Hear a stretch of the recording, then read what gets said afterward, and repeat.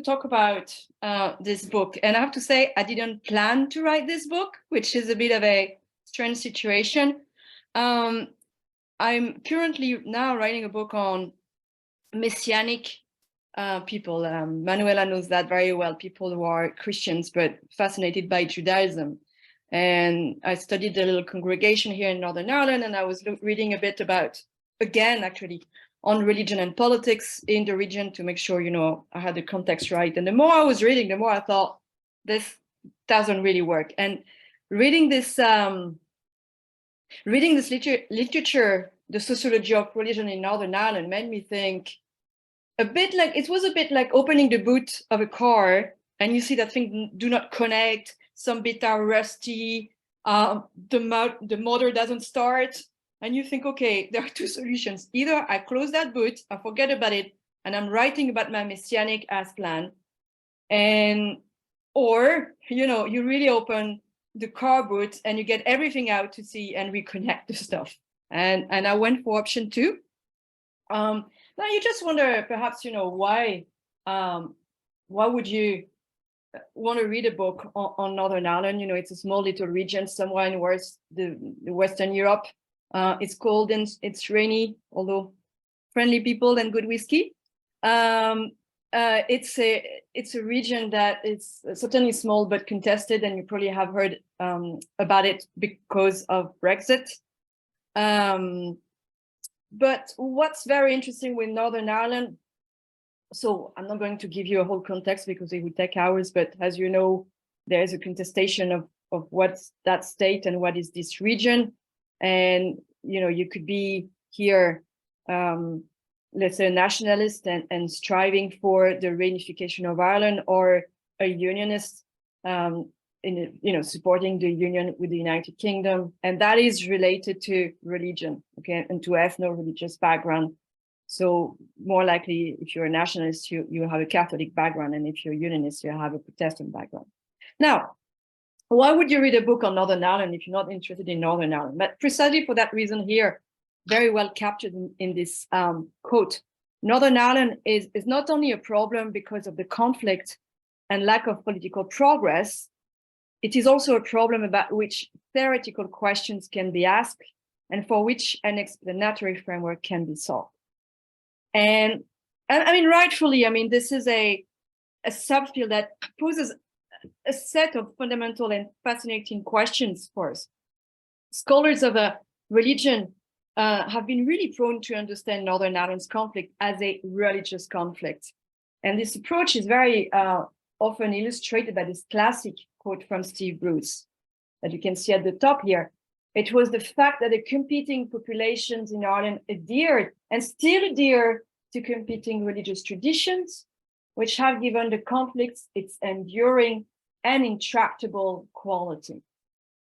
Now, this quote is fascinating for me, more for the questions that it raises than it answers. For a start, why are religious differences between Protestants and Catholics the source of persisting competitions in Northern Ireland and perhaps not necessarily elsewhere? And secondly, how does religion reproduce social conflict and make it enduring?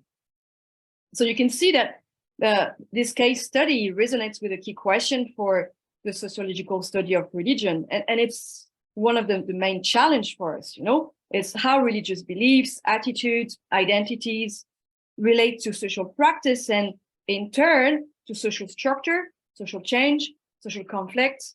In other words, what does religion do? So these questions are really at the core of the book, and that's the first critical and comprehensive review of the ways in which the sociology of religion has interpreted religion's significance in Northern Ireland, in terms of theory, the methodology, the epistemology, and all the challenges that it brings. It looks also at some normative assumption, and in some cases, even prejudice from scholars who are not reflexive enough. And it looks at other ways in which you can explain the conflict in this region. So it's really reviewing a little subfield in itself. And the second thing that this book does, because again, it's not about necessarily being interested in Northern Ireland, is to reinforce or outline a critical agenda for the social study of religion. And this is not, for me, something new. That's why I was so interested in the Carbut, is because I'm still very interested in the epistemology of the sociology of religion. How do we do what we're doing? And what's the best way of doing it, okay? And a few things in that book, bringing the social back into the sociology of religion, really structure my reflection on Northern Ireland. You know, it's about how we can really fully appreciate the social nature dimension of religion. What are the methodological implications? What kind of data, what kind of research strategy we need to assess the significance of religion? But in the case of, I was always interested in epistemology and Bourdieu and the illusio and double play. In the case of Northern Ireland, it's even more fascinating because it's about working on religion in a context where religion is contested and is the object of conflict. So how does that affect the way, as academic, we can interpret the role of religion? It's absolutely fascinating. So in a way, it's a sociology of the sociology of religion in this book. It's a short book. I have to say it's hard now to find editors that take little books, but I needed much. It was not a monograph, but I needed much more than the space of an article. And perhaps I just want to tell you a bit more about what's in it before getting into the meat, really, although here I'm going to get into the meat as well. So it has 4 chapters, and the first one will provide the readers with a brief history of Northern Ireland. It's needed to understand the sociological analysis, of course. So it starts with the partition and the foundation of the Northern Irish state in 1921, the social and political features of that state since 1921, which is a state that one of the first ministers of that region called a Protestant state for Protestant people. That says quite a lot about how the others have been were treated. The escalation to violence in the 60s, the troubles, the fusing of Protestant fundamentalism with unionist politics, the peace agreement. We have just celebrated its 25th anniversary and the aftermath. And of course, also a bit of an overview of the current religious landscape. And it's a region that, of course, it's still very, I would say, probably more religious than other parts of Western Europe, definitely. But at the same time, is undergoing a progressive trend of secularization. And that allowed the reader then to get into a proper sociological analysis in the next chapter. Second chapter turns to the ways in which scholars of religion presented their object of study. And in particular, as I said, scholars of religion, of course, we like our object, we tend to think it's significant. So it's not very surprising that they presented religion as the prevalent source of conflict and division in Northern Ireland. They either underscored competing communities, rival religious institutions, conflicting doctrines and beliefs, or theologically driven prejudice. And what these authors have in common is the idea that religious doctrines, beliefs, and representations have played a central role in reproducing boundaries and antagonism throughout the region's history and continue to do so. What I show here is that these claims about the religion's primacy sometimes is disconnected from the empirical evidence that those authors present themselves, which I find interesting. So it gives very often the impression that explaining the Northern Irish conflict through religion is, for some, a by default position. Okay, religion is important because it is. Besides, many have explained Northern Ireland's distinctive feature by trying to point out the permanency of local historical conditions. And some goes back to the 17th century plantation and the wars of religion to explain why Northern Ireland is what it is, in the 20th century. And you hear you can see here a couple of citations to illustrate my point. Okay, since many observers maintain that popular religion in Northern Ireland remains enmeshed in the dispute of the 17th century, it might be more appropriate to consider the likelihood of religious conflict by reference to 17th century European standards. It presents, of course, Northern Ireland as a sort of abnormal society, you know, the land that time forgot, as some have written. Whereas actually in so many reasons, you know, issues around national identity, nationalism, ethno-religious, you know, division is so much part of modern European history. Okay, but the problem is here is the historical determinism, and here again, Michel, you know, religion in Northern Ireland is divisive because conflict has developed in Northern Ireland. I don't see how that is a reason. Okay, and because religion has historically played a role in that conflict, it has not taken on a special and political significance. So because religion was important before, it's still important today. It's very problematic, although I have to say, you know, the Northern Irish case here is not an exception. I wrote an article perhaps 15 years ago about the French laicity. And you also have that, you know, France has a problem with religion because of laicity. And we go back to the 18th century and the Enlightenment and reason and all that. It's just, history matters, but why it can remain significant or it can be made significant has to be explained. Okay. My point here is that those deterministic explanation doesn't really help us to really understand social dynamics, of course, the importance of social context in which religious ideas or worldviews can be important. Nor does it address the reasons why religious differences would be unavoidably translated in relations of competition, of division, of conflict, or even what generated competition in the first place. Okay, so why those sociologists agree that religion in Northern Ireland relates to social division and to social differentiation, they in fact have very little to say about how and why it is so. Most studies that present Northern Ireland's conflict as having religious roots, as I said, do not pay sufficient attention to social dynamics and context that make religious belief symbols and narratives significant. And this is what the third chapter is really diving into. And in particular, it pays attention to sectarianism, in particular anti-Catholicism, which was and still is in many ways intertwined with class relations and maintain conditions of inequalities, discrimination for members of the Catholic and nationalist groups. And I find very interesting that those who made of the troubles of the 60s a war of religion seem so oblivious about anti-Catholicism and the way in which that could have been a factor of social mobilization and violence. And not least because Republican and nationalist movements during the Troubles did not have a religious agenda, but a political one. So violence was utterly politically motivated on that side.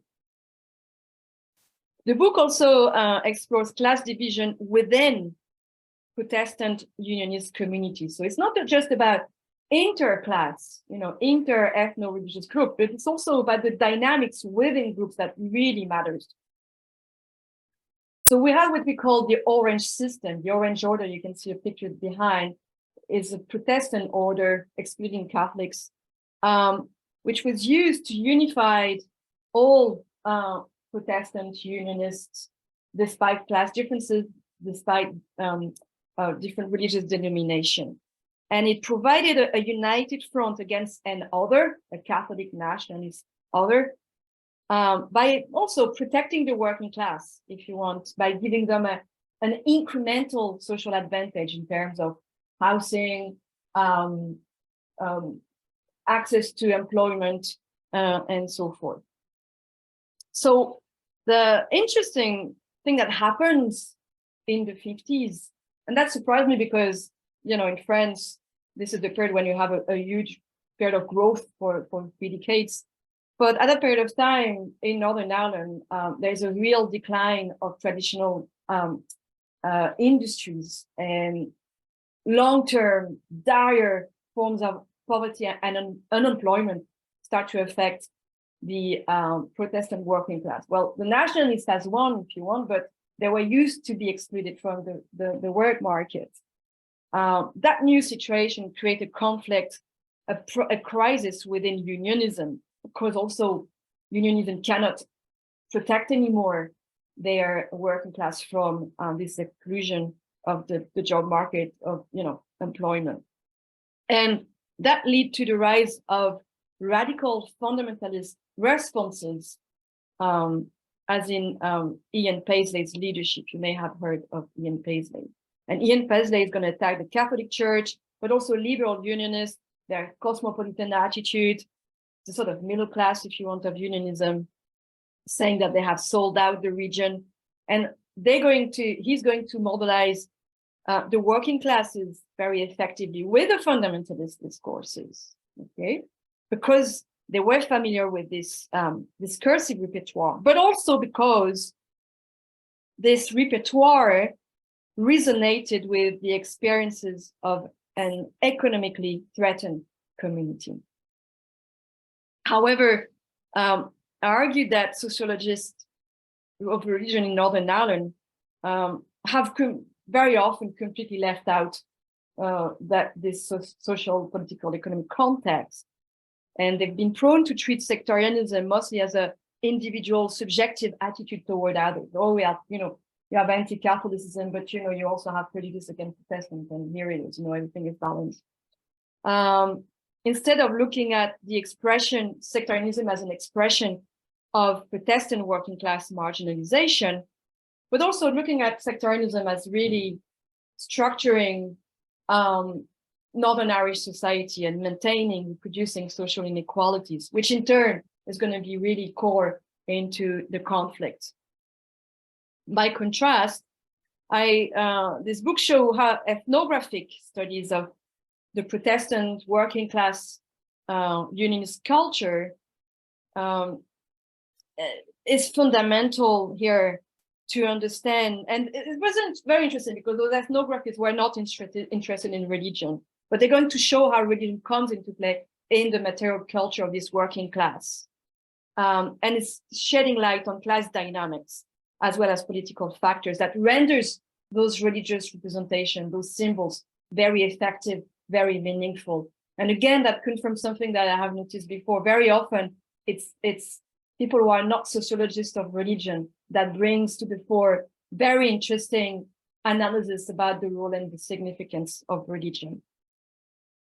And finally, for the last chapter, of course, violent conflicts come with pressures, censorship, attacks, you know, on academics, and sometimes, in our case here in the North, threats of physical harm for academic and intellectuals. And, you know, we can talk about that later, but it's still the case. Although obviously less, less acute than in the 70s and the 80s. But conflicts, we have to remember that, have ideological dimension. You have a war of competing narratives about responsibilities, victims, perpetrators, potential solutions, and all of that continue, of course, to rage in this region and could not leave academic thinking untouched. And basically, you know, if you decide to focus on religion while not paying attention to the issue of inequality, or on the contrary, if you want to insist on social inequality, you're talking about the legitimacy of the state of Northern Ireland. And it can't be, if you want, devoid of political implications. But that's the quandary as well, because if you want to talk about the role and the significance of religion, you do have to look at how it's connected to social class and social inequalities. So, time is passing. And I'm going to talk about that a bit later on. Yeah. I do not suggest that the conflicts, religious dimensions are unimportant and simply reflect social structures. But I think rather religion's significance, far from being intractable or natural, derives from complex political, economic, social dynamics that we need to address. And this is what I tried to do, which means that, it leads us to the broader issue of strengthening the sociology of religion. Because if you want this, again, the case study of Northern Ireland poses questions that are beyond that case study, affect all subfields, all case studies that we may work on. And its weaknesses reflect difficulties within the sociology of religion as a whole. So firstly, I mentioned, the propensity within the sociology of religion to inflate sometimes the importance of our objects. Secondly, of course, I underscore that the insufficient appreciation of the social constitution of religion. Of course, beliefs and representation matters, but their significance, instead of being timeless or unavoidable, varies and depends on the political, economic, and social dynamics that are in place in a particular moment. In short, religion is not an independent variable. It becomes significant or a source of conflict because distinction based on ethno-religious identities entail different access to power and material resources. Yet paradoxically, while a certain literature insists on religion's crucial role in Northern Ireland, they rarely try to show how religion could contribute to the reproduction of a social order or to the reproduction of social inequality. Three, this tendency also to isolate the object, religion, results also from a very subjectivist approach, which is prone, of course, to focus on doctrine, discourses, beliefs, theology, at the expense of, firstly, as I said, context and dynamics, but also other dimensions of religion itself, practice, material culture, social interactions, and so forth. I just wanted to, give you a few examples in this literature, which I find extremely radical, in the ways beliefs are treated. So see here, John Hickey, beliefs themselves are of fundamental importance in formulating social action. Doctrine can, in fact, account for sociological reality. I mean, this is, for a sociologist, a pretty, amazing statement to make. And Hickey would explain, therefore, that, the Northern Irish problem is a question of beliefs. It's a question of religious beliefs. Similarly, Michel, subjective meanings constitute the social world, at least partially. I don't even know that at least partially it could be the case. But of course, that means that those authors really have an issue to look at, beyond the question of beliefs and representation. So this is something that, all of us, we really need to pay attention to really look at, again, how religion contributes to the reproduction of a social order, paying attention to practice, to material culture, to interaction, to institutions, and be careful of that radical subjectivism.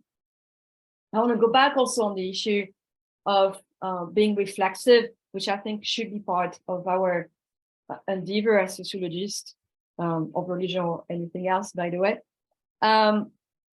Because obviously the study of religion in Northern Ireland really shed light on that importance for us to break from the beliefs and the pre-notions of the field. As I said before, when, repeating what Bourdieu had said, when academics engage in political games, what he called the double play, we become tied to the taken for granted, beliefs of the field, what he called the illusio, which means that we embrace this pre-notion and we're not really even aware of them, and we critically align ourselves with positions taken by social actors. So it has different effects, but in the case of Northern Ireland, it means that many authors were really prone to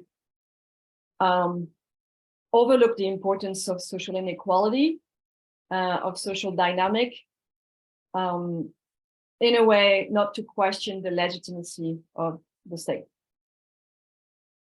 And as I say, it was probably in the 70s and 80s a very difficult endeavor, considering the violence of this place. Pressure was exerted on some of my colleagues when I retired for not publishing certain pieces of work. Some departments were bombed or left with bomb device in front of the door. Some academics were shot. So obviously, there is no way that it could not have an impact on academic agenda and publications. Which leads me to a very important point for us today. Insisting on pursuing scientific objectivity should not be seen as a moral weapon that we use, against each other. And I think, on the contrary, it could be a powerful means to protect research autonomy and academic freedom, especially for those writing about social conflicts and controversies. And that might be vital at a time where research is increasingly co-opted in political agendas, constrained by expectation of having social impact. I don't know if you have that, but not to have funding here, we need to have social impact, which means that actually you have to fit in the agenda of stakeholders. And of course, that can only reflect the interest of social groups enjoying social power and legitimacy most of the time.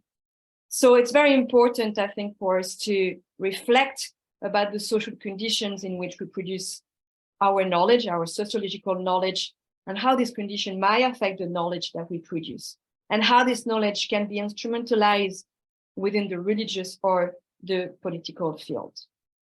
And finally, I'm going to finish on this. What does religion do after all? This is, again, you can see Ian Paisley in his young age. The Northern Irish case study really illustrates the fact that too often, as I said, we infer free-floating discourses have a direct link with social practice and social structure. In other words, Paisley's ideas, anti-Catholic, prejudice was translated into practice and as a violent practice in the end.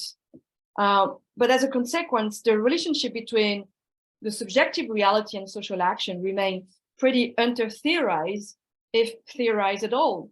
We just have to accept somehow that there's a link between ideas and practices, and that it's relatively straightforward. Yet, the various attempts to explain Northern Ireland's conflict has proved otherwise. In fact, it's very complex to understand, what makes people behave in a violent manner, how, a society becomes enmeshed in a violent conflict. So I think that the sociology of religion in Northern Ireland and elsewhere needs a solid approach to social action, which it's a huge challenge. And that leads us back to Max Weber, not just because scholars who argue that religious beliefs are the source of conflict in Northern Ireland often justify their approach by referring to Weber. But they forget that, Weber was interested in beliefs because it was supposed to actually help us understand social action. Okay, so if we talk about beliefs for Weber, it's because we're interested in action, not just meaning. So we can't disconnect the two. That means also that there are implications for our research strategies. Too often, I think we tend to draw on, the method of interviews and hence on discourses to infer, analysis and ideas about what people do. But what people say is different than what they are doing. And even when they explain what they're doing, there are a lot of questions. Are they justifying something that they would have done anyway because they were predisposed? Or is it really a motivation? Do we have the tools to make a distinction between those two things? I don't know.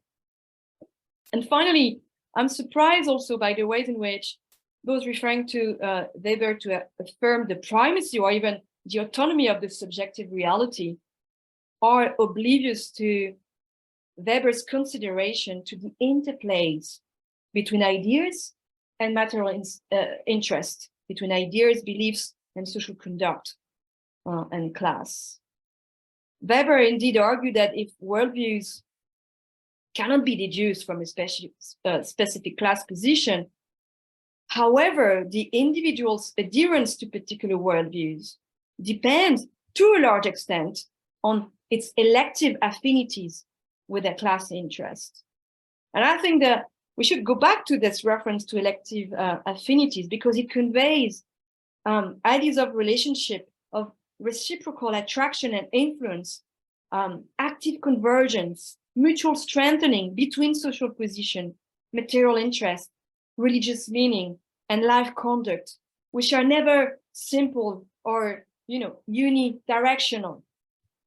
So there is also for us a need to address misconception around Weber's consideration of values and worldviews, which very often have led people to completely forget about those affinities with social status and social positions, trajectories. And perhaps, we should shift a bit from worldview to worlddo. And thank you very much for your attention.